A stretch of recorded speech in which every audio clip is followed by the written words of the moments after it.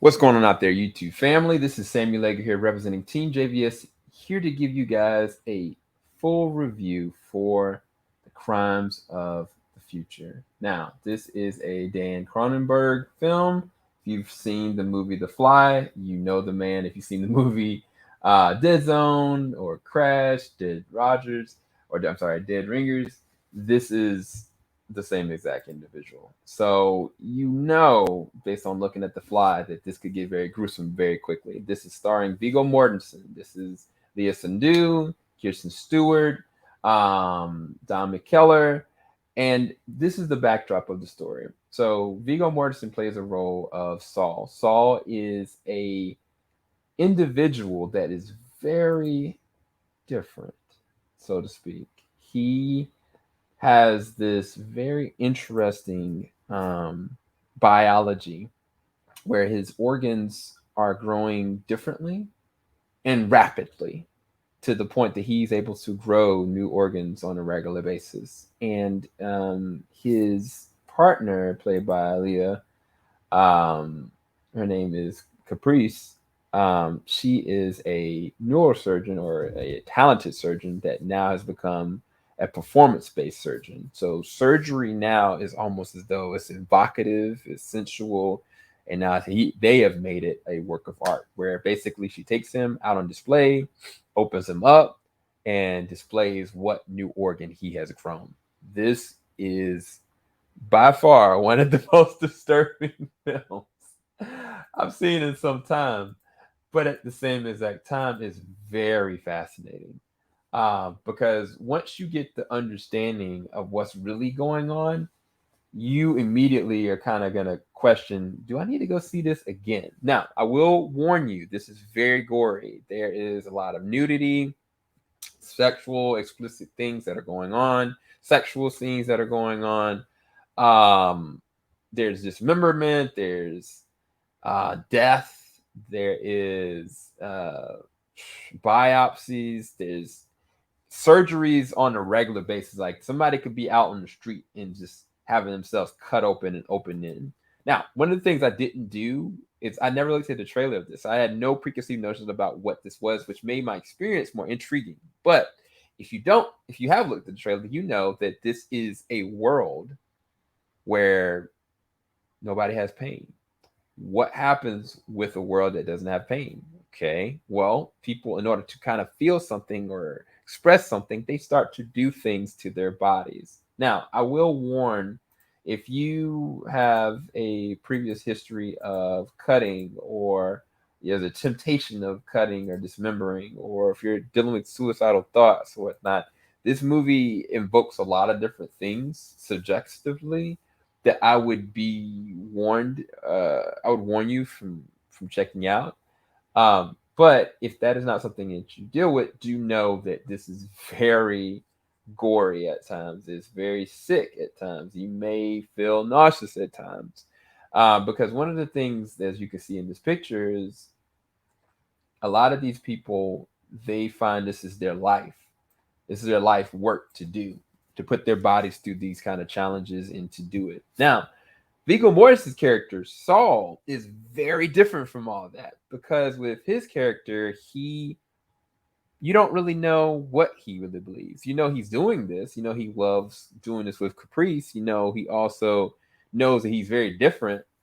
But there's something about every single time that he's on scene, Viggo's character, you can feel that he is inconsistent discomfort, agony, even in his sleep. It doesn't look as though he loves his life. And it almost looks as though he's in pain. Now, again, this is a world without pain. So what does that mean? Therein lies so many different things that make this movie really good. But I'm gonna do something I normally don't do. I'm gonna start talking about the acting. The acting in this, first off, from Viggo Mortensen is amazing because he consistently has to. He's doing a lot of the transformations of his character's evolution himself, whether it is like his throat is bothering him, whether it is his body is bothering him, or you can tell like something is hurting him, or he's very uncomfortable, or he has to sit down. Like all these things he's doing on his own. This is not like CG. This is not like prosthetics. He's doing all this on his own, and he's doing it very well. I think he's making a nice touch with it. Now, Kirsten Stewart's character, she is disturbing. Her name is Timon, and Timon, she, I don't want to say what she is, but let's just say she works in the line of organs, and she looks at Viggo's Saul as almost like a messiah type. She can't really keep her eyes off of him, nor does she speak normally with other individuals. It's always like a discomfortable, like, touch and movement, like, and I think Kirsten doing is killing it. Her acting in this is some of the best. Like, I was kind of like, wow, she is killing these scenes. And it's fascinating too, because on the other side of that, it's like there's another polar emotional moment that's happening with Leah's character, Caprice, because Caprice, she before was only just doing the surgery. She was only doing it just for art, but you can tell the longer she's around Saul, the more she wants to do more she wants to be more.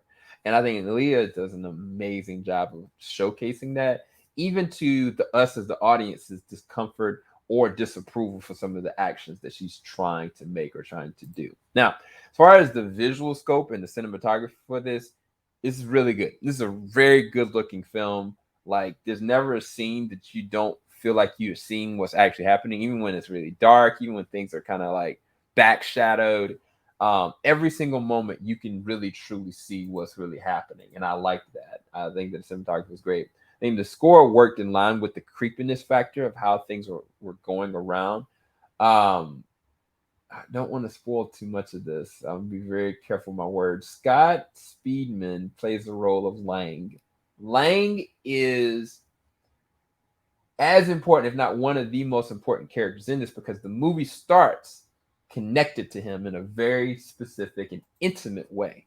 Because once you understand Lang, you understand really what's the depths of what's going on. And that's why the story I'm keeping under wraps, because I think there's something about really once you get to understand, like, it starts to click, you're like, whoa. There are two different random people in here that's called the technicians. They also are very off-putting. It's very weird. And throughout this film, like, I was kind of like, what is going on? There's another character in this movie, played by Wilkit Bungru, that also does an amazing job with keeping up with what is the story progression. How does this connect directly to Viggo's character Saul? The other thing about this is the design of all the different machines. The machines themselves, and their firmware and how they're updated and how they graft to a person's skin, it almost feels alien in origin. It does not seem as though this is something that takes place in the future. But this is the weird thing, though.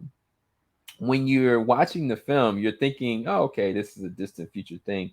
But everything on the outside looks like run down. It looks like they're going through like a Great Depression. It looks like there is no rich. The only thing that I've seen is the amount of space sometimes you see people have from their housing standpoint, but generally, even people that are supposed to be prosperous, people that are supposed to be important, they don't look like they're in a very good space. Like, it looks as though like things are just really normal, or they're just like run down, which is weird because it throws you off in your perception that this takes place in the distant future. The only time that you realize that this is not normal is when you're seeing, like I said, these machines or the showcasing how these different artistic moments are happening.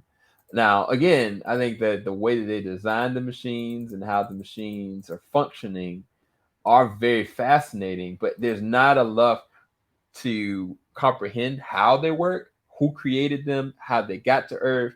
Is this even Earth? Like, I started to really question certain things, because even checking this chair, for instance, the whole purpose of this chair is to balance an individual so they can be able to eat. But if you can't stay balanced, you can't even eat. Again, this is people that are dealing with the consequence of not being able to feel pain.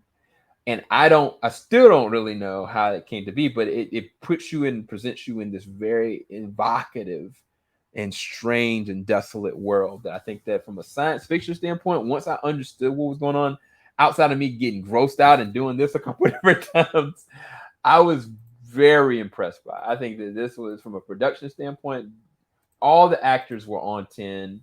The presentation was amazing. Is cinema. It is artistic cinema at its finest. But the weird thing is, it's not for everybody. I think that if you can get a grasp on what the story is and what's really going on, that's where you're going to be enthralled. Because it wasn't until the very last moment that I was like, oh, wait, I know what's going on. And then immediately, movie's done. This is only an hour and 47 minutes.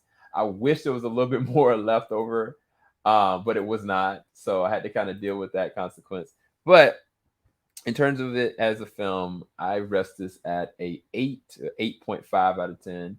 I would recommend you be careful and cautious going into this film, because it's not for the faint of heart, but at the same time, it's not like anything you've kind of seen before either. So I think he did a great job directing it. I think they did a great job acting in it, and it's worth the watch. But if you are squeamish and are worried, and I give you all those forewarnings, if any of those things impact you, do be forewarned. If you decide to go, or if you don't, it's okay. All right. Make sure you like, subscribe, hit the bell button. We have a lot more content coming. We just concluded with Under the Banner of Heaven. We've got reviews coming out for certain films that I can't say just yet. And I believe next week, Jurassic Dominion is coming out as well. I'll talk to you guys soon. Keep it locked. JVS Swing will stop. Peace, people.